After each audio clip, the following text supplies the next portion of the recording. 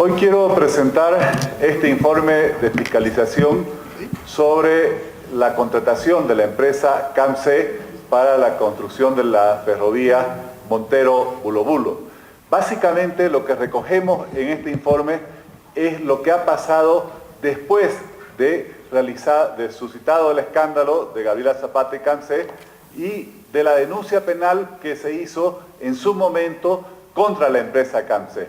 Bueno, después de casi 2 años pidiendo informes escritos al Ejecutivo, hemos llegado a la conclusión de que CAMSE ha gozado de absoluta impunidad, de que los responsables de este caso, que fue el más escandaloso de todos los contratos de CAMSE, que la favorecieron en la adjudicación, la favorecieron en la ejecución, la favorecieron para que, debiendo haber sido suspendida y debiendo haber estado prohibida de adjudicarse nuevos contratos con el Estado, se hubiera adjudicado otros contratos por más de 240 millones de dólares para la planta de sales de potasio y para Misicuni.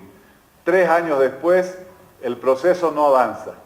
La Contraloría General del Estado, a quien el presidente, en una conferencia de prensa con muchos medios, le pidió públicamente que haga una auditoría de estos contratos, nunca hizo la auditoría. La Fiscalía no tiene ningún detenido.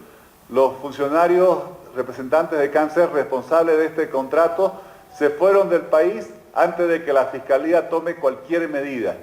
En suma, el proceso no avanzó nunca.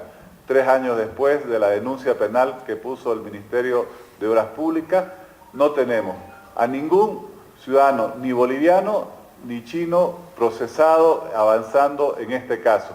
Y eso nuevamente comprueba la protección que ha gozado CAMSE, esa empresa donde trabajaba Gabriela Zapata. Una protección que incluso le ha valido para que, a pesar de todas las irregularidades comprobadas en este escándalo, que la propia comisión oficialista dijo que había indicios de hechos penales, CAMSE siguió trabajando en el país, siguió cobrando al Estado más de 240 millones de dólares. Incluso, por informe del Ministerio de Hidrocarburos, tenemos oficialmente establecido que el daño económico al Estado, porque no exista el ferrocarril Montero-Bulo Bulo para la planta de urea, es de 5 millones de dólares por año. Hay daño económico al Estado, pero no hay proceso que avance y sí hay impunidad.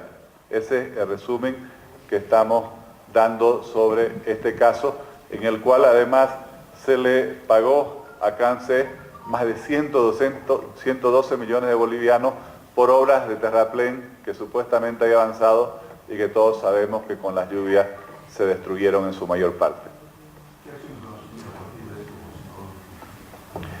Mire, me he pasado 2 años requiriendo informe a la Fiscalía, a la Contraloría, al Ministerio de Obras Públicas, incluso al Tribunal Supremo de Justicia. Y lo que hemos establecido, lo que hemos concluido, es que ninguna de las entidades llamadas por ley para adelantar con este proceso de responsabilidades a los funcionarios que favorecieron a CAMSE y a CAMSE por los daños del Estado, tiene la más mínima voluntad de avanzar con el proceso. Impunidad total. Ya no hay a dónde más acudir. Y eso muestra ese muro de protección con el cual las autoridades siguen protegiendo a CAMSE después del escándalo de Gabriela Zapata. La única despedida en ese caso sería Gabriela Zapata, pero no es el desfalco.